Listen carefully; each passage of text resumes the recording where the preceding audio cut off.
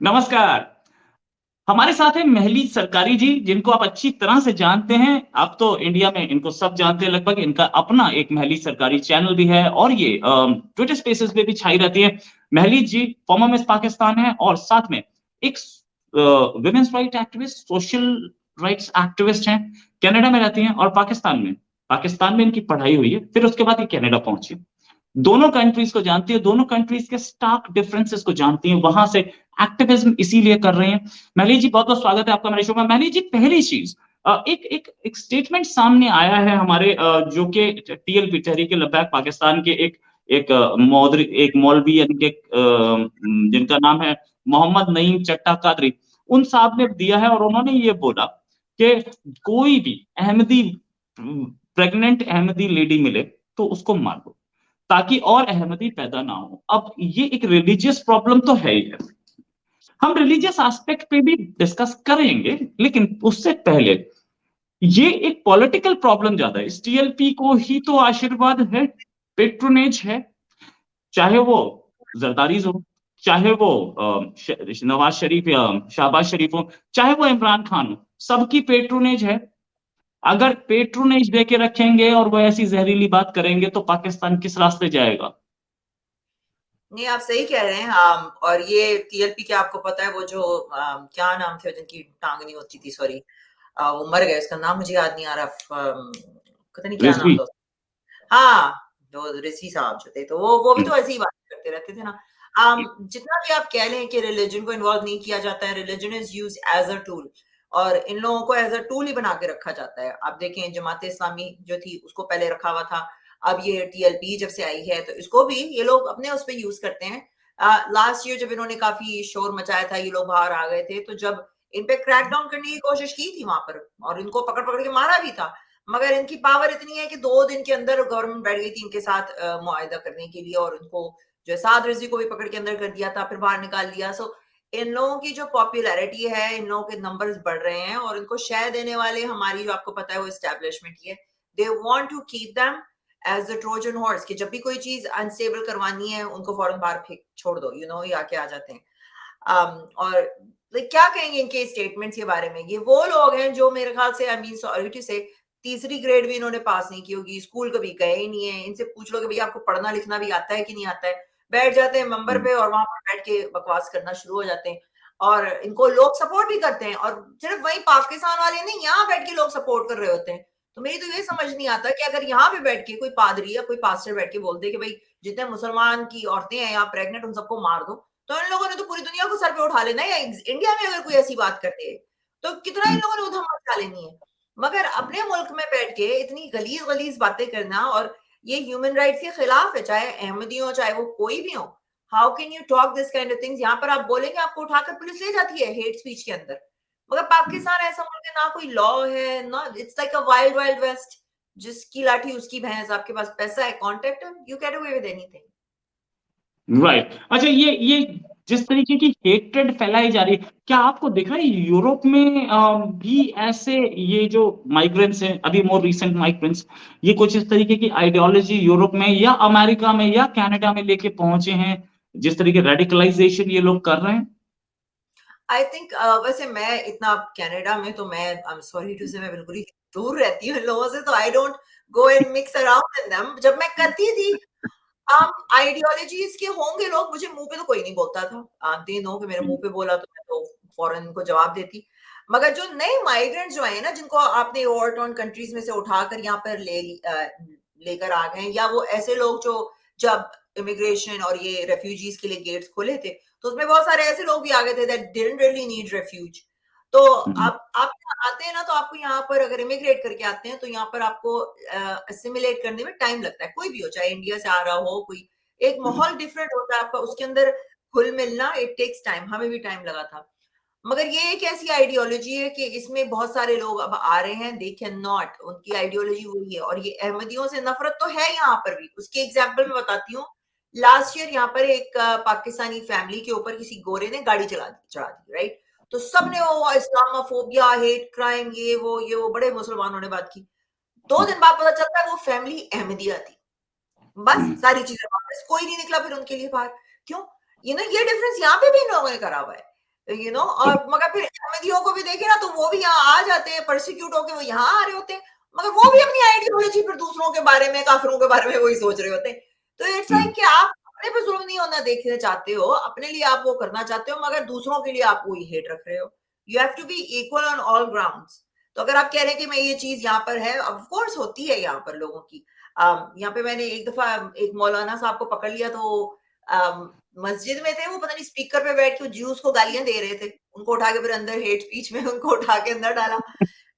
का भी बस क्या बोले बस। तो ये इस तरीके की माइंडसेट, ये हेट स्पीच देंगे तो इस्लामोफोबिया ये खुद नहीं फैला रहे। मेरी भी पाकिस्तानी जर्नलिस्ट से बहुत बात हुई है इस मामले में कि भाई अगर आप खुद से कहोगे अपने आतंकियों को, टेररिस्ट को, कि आप जाओ एक नई लोकेलिटी में जाकर के मकान लो और उसके बाद स्लीपर सेल बन के बैठ जाओ, जब आपको इशारा किया जाए तब जाके आप ब्लास्ट कर दो, तो ऐसे क्या हर मुसलमान शक के घेरे में नहीं आएगा? इस्लामोफोबिया यहां शुरू होता है, यहां से शुरू नहीं होता कि कोई आदमी मोहम्मद साहब के बारे में कुछ बोले या किसी के बारे में कुछ बोले। आप दूसरे रिलीजन के बारे में कुछ भी बोल रहे हैं, आपके रिलीजन के बारे में कुछ भी कोई बोले तो सर तन से जुदा, तो इस्लामोफोबिया तो आप शुरू कर रहे हैं ना। दैट्स व्हाट आई से। तो इस तरीके का इस्लामोफोबिया क्या यूरोप में या अमेरिका में या कनाडा में, इंडिया में तो इस्लामोफोबिया नहीं है, रिटेलिएशन है। इस्लामोफोबिया इंडिया में बिल्कुल नहीं है। हम लोग ईद पे साथ होते हैं और मुस्लिम लोग, हमारे यहाँ के मुस्लिम्स, अभी तो रोका गया उन्हें, वो तो हमारे यहाँ दुर्गा पूजा पंडाल्स में और डांडिया पंडाल्स में घुस रहे थे, रोका हमने, भाई तुम मुसलमान हो, तुम मूर्ति पूजा करने क्यों आ रहे हो? कुछ ऐसी चीज क्या आपको कनाडा में भी दिख रही है? वो चर्च वर्च में लड़कियां छेड़ने पहुंच जाती?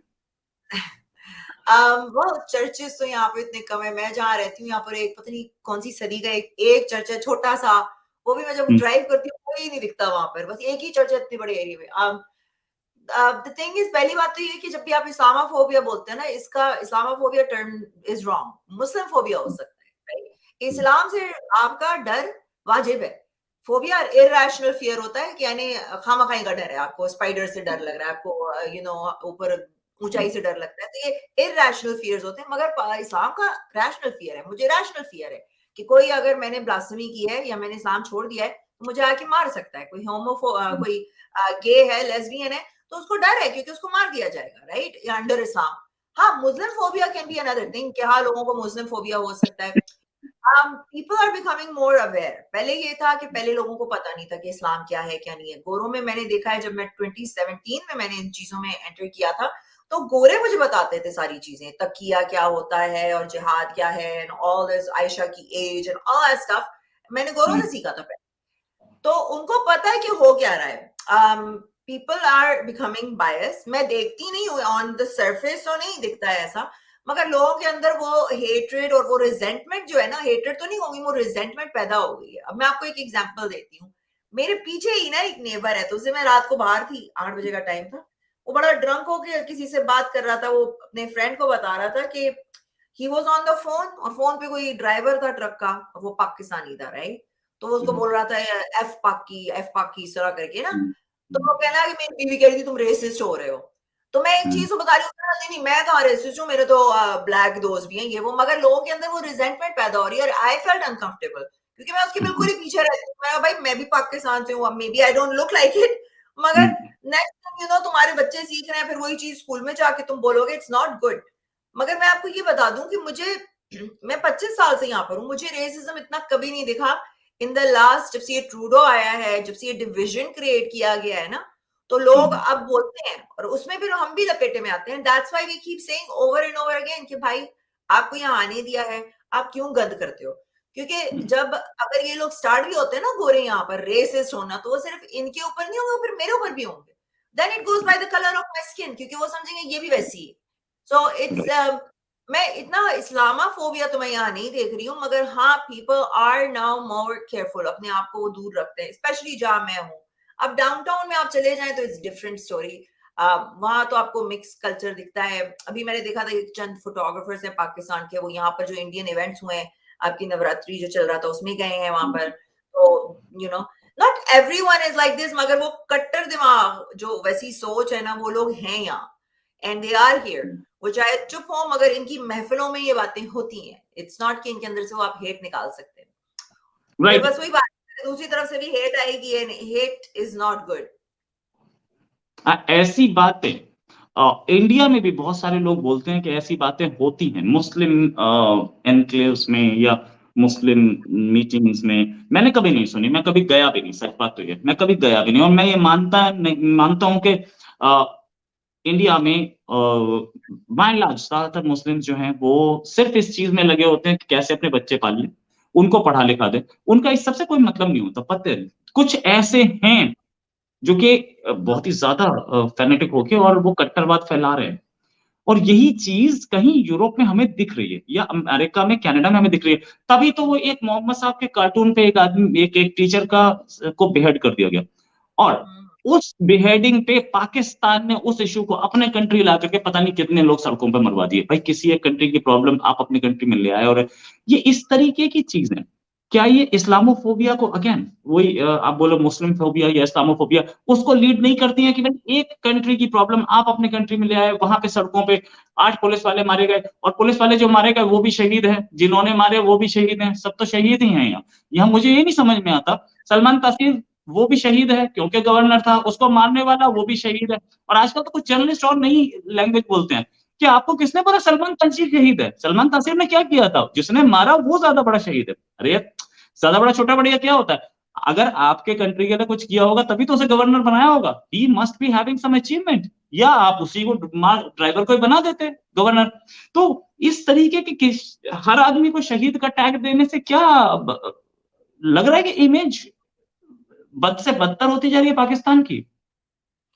देखिए, पाकिस्तान की इमेज तो कभी बेहतर थी ही नहीं। मुझे याद है कि जब हम यहाँ पहले आए थे ना, तो लोगों को पता भी नहीं होता था पाकिस्तान जैसी कोई चीज भी है। Like some people I used to, जो बिल्कुल ही गोरे होते थे, उनको पता ही नहीं था। स्पेशली इन स्टेट्स, जब मैं स्टेट्स में रही हूँ थोड़ा अरसा, तो उनसे मैंने कहा तुम्हें पता है पाकिस्तान? मुझसे पूछे कहाँ से, मैंने कहा पाकिस्तान से। कहने अच्छा पाकिस्तान का है? मैंने कहा इंडिया के बराबर में। कहने इंडिया का है? मैंने कहा चाइना जानते हो? चाइना के बराबर है। उनको फिर मैप पे I had to show them कि कहाँ पर है। तो लोगों को हम्म, पता नहीं था। 9/11 के बाद सबको पता चल गया पाकिस्तान कहाँ है, राइट? हम्म, तो ये जो आप बात कर रहे हैं ना कि यहाँ पर ये फैल रहा है कि नहीं फैल रहा है, UK is a different story. UK में जो चीजें हो रही है ना, वो यहाँ पर 5 साल बाद होंगी। कनाडा जो है ना 5 साल पीछे है सिर्फ यूके से। सो यूके के जो लोग हैं वो वाकई में तंग आ गए, जैसे कि लूटन हो जाए, और वहां पर लोगों ने इस पे अवेयरनेस करने के लिए वीडियोस वगैरह भी बनाए हैं। तो people are going to get fed up with this. Sorry, hmm, एक सेकेंड। कोई टेंशन नहीं। या महली जी थोड़ा सा बिजी भी रहती हैं, एक्चुअली एक्टिविस्ट हैं, विमेन्स राइट एक्टिविस्ट हैं, तो टाइम पे फोन आते रहते हैं लेडीज काउंसलिंग के लिए। और जैसे बोलते हैं ह्यूमन राइट एक्टिविस्ट भी हैं, कनाडा में काम कर रही हैं काफी साल से। और मिस पाकिस्तान का अवार्ड जीतने के बाद इनको जो पब्लिसिटी मिली थी वो इन्होंने सारी उस एक्टिविज्म में लगा दी। Yes ma'am, thanks a lot. बच्ची आ जाती है और वो घुसी हुई थी नीचे, से मैं उसको निकाल रही थी, मतलब क्या करने लगी। Okay, okay. तो हम्म, नहीं, मैं यहाँ पर ये है कि लोगों को अब इस्लाम की सच्चाई दिख रही है। लोगों को दिख रहा है कि इनका डबल स्टैंडर्ड जो है वो कैसे है। Canada is still far from जो इंग्लैंड यूके में हो रहा है। यूके में I have seen a rise in the right wing too, और दूसरी चीज पे भी। और अभी जो ये सारे इंडिया पाकिस्तान के लोगों के बीच में झगड़े हुए हैं, फिर अभी यहाँ पे खालिस्तान का रेफरेंडम हुआ है, तो लोगों को दिख रहा है। फॉर एग्जाम्पल, अगर आपने वो एक वीडियो देखी होगी टिकटॉकर ने बनाई थी कि जहाँ ये नवाज शरीफ ये लोग रहते हैं, तो वहां पर तो हर वक्त ये पाकिस्तानी बाहर खड़े हुए होते हैं, ढोल पीट रहे होते हैं, माइक लिए खड़े में। I mean hmm, you not realising कि वो इतना महंगा एरिया है, वहां पे जिन लोगों ने घर खरीदे इतने पैसे दे देकर, उनको को क्यों सुनवा रहे हो तुम, राइट? वो कह रहे हैं नहीं, इनको हम्म, निकाल के बाहर फेंक दो। तो वो एक गोरा आकर उनसे कहता है कि भाई, तुम्हारे पाकिस्तान में क्या हो रहा है, we have no concern with it. तुम लोग सही बात है, अपना यहाँ क्यों ला रहे हो, यू नो? सही तो बात वो है। बाकी, और उसको देखना था उस औरतों को कि वो कितनी बदतमीजी से चीख चीख के उससे बात कर रही थी, कि वो क्या इमेज जाएगी आपकी, कि आप जंगली जानवर हैं, आपको यहाँ वाकई में आने नहीं देना चाहिए। गोरा तो ये कहेगा ना कि किन लोगों को लाके यहाँ बिठा दिया हमने, they don't hmm, deserve to. और चंद उसमें ऐसी हैं जो वहां की बॉर्न है, उनका एक्सेंट बिल्कुल ब्रिटिश एक्सेंट है। Even they hmm, like brain washed. मुझे आप खुद बताएं, आप बॉर्न यूके में हैं, आपका हम्म, क्या काम पाकिस्तान में कोई पॉलिटिशियन क्या कर रहा है? Like why do you care कि आप उसके घर के बाहर जाकर आप ऐसी हरकतें कर रहे हैं? This is just too much. तो बात वही है ना कि एक बंदा है, मेरे घर में कोई आता है ना, तो उसके नखरे में एक वक्त तक सहूंगी, फिर बाद में मैं कहूंगी भाई तुम अपना बोरिया वैसे पकड़ो और तुम निकलो यहाँ से, यू नो। सो सही ये बात है। होगा। अब होगा, डेनमार्क में हो रहा है, स्वीडन आप देख लें, इटली में राइट विंग आ गई है, तो ये स्टैंड तो लेंगे अब ये लोग, और इन लोगों को बुरा भी लगेगा, और फिर ये ह्यूमन राइट्स के वायलेशंस भी चीखेंगे, फिर ये और भी बहुत सारी चीखेंगे, मगर you know, I think these countries will have to change their laws. They will have to change their laws if they want to move forward. Right. Thanks a lot, Maggie ji. Talking to you is always very, very important so that we get to know what the situation is out there. Europe में, America में कैसे ये migrant Pakistanis को या migrant Muslims को कैसे perceive किया जाता है, और एक फर्स्ट हैंड एक्सपीरियंस के साथ हमें पता लगता है। धन्यवाद, और उम्मीद है जल्दी आपके साथ डिस्कशन करेंगे एक और टॉपिक पे। एक चीज बिफोर यू गो, मैं कहना चाह रही थी कि देखिए, जैसे कन्हैया लाल के साथ हुआ था ना, तो वहां पर जो बंदे गए थे, अगर मेरे सामने उस ड्रेसअप में कोई बंदा आए, तो आई ऑनेस्टली मैंने ये सवाल लोगों से भी पूछा था कि आप साइड वॉक पे जा रहे हैं और सामने से आपके उसी आउटफिट में आधी दाढ़ी वाला बंदा आ रहा है, तो आप क्या करोगे? तो मैं तो रोड अपनी दूसरी तरफ चली जाऊंगी, क्योंकि भाई मुझे मेरी गर्दन प्यारी है। तो उस दिन मैं वहां गई थी इकबाल फूड्स पे, तो वहां पर काफी सारी नकाब वाली फिर रही थी, तो एक वो आई ना, तो वो मेरे इर्द गिर्द फिर रही थी, तो I got kind of uncomfortable. मैंने कहा पता नहीं यार, कुछ पता नहीं, मुझे जानती हो, मेरे पे अटैक ना कर दे। तो आजकल ये डर रहता है व्हेन यू गो आउटसाइड ना, स्पेशली जब मैं जाती हूँ ऐसे एरियाज में, तो I have to be very careful, क्योंकि आपको नहीं पता कि भाई, पहली बात तो निकाब के पीछे कौन है मुझे नहीं पता, आई नो दैट पर्सन, मुझे लोग जानते हैं, या तो मुझे नकाब पहन के वहां जाना पड़ेगा। अब I think that's what's gonna happen. तो ये फियर इट इज इन मी, यानी मैं ये नहीं कहती मैं सबको जज कर रही हूँ, मगर आपका वो आउटलुक ऐसा होगा, तो the fear is spreading, that's for sure. एक चीज तो है। राइट। तो मगर थैंक यू सो मच। ये बात आप ही के कंट्री में नहीं, ये बात अक्रॉस द वर्ल्ड अब बोली जा रही है कि पहले पहले दाढ़ी और टोपी से के साथ जितना सेफ महसूस करते थे लोग, अब शायद उतना ही अनसेफ महसूस करना शुरू हो चुके हैं। ये बात बोली जाती है। कन्हैया लाल ने अगर जज कर लिया होता और वो देख लिया होता कि भाई ये तो जिहादी लुकिंग है और मैं भाग जाऊं यहाँ से, तो आज जिंदा होते, मगर उन्होंने जज नहीं किया ना, उनकी जज ने, वो उन्होंने अच्छा बना, उन्होंने जज नहीं किया। देखें, corporatism is life. So I am sorry, कभी कभार आई वुड रेदर जज देन मैं अपनी गला जो है वो गवा दूं। आई डोंट केयर लोग मुझे फिर क्या बोलते हैं, इस्लामोफोब बोले, मुस्लिम फोब बोले, जो भी बोले। राइट। एनीवेज, आप सेफ रहिएगा, क्योंकि आपके ऊपर भी बहुत सारे हमने देखा है कि आपको बहुत ट्विटर पे ट्रोल किया जाता है, हर जगह ट्रोल किया जाता है, लेकिन इन सारे ट्रोल से ऊपर आप रुकी नहीं है, आपने अपनी आवाज को बंद नहीं किया है। इस चीज के लिए मैं आपको क्रेडिट देना चाहूंगा। You are very courageous lady. Thanks a lot ma'am for joining us. उम्मीद है जल्दी आपके साथ एक और टॉपिक पे फिर डिस्कशन करेंगे। अभी के लिए नमस्कार। Thanks a lot ma'am. धन्यवाद।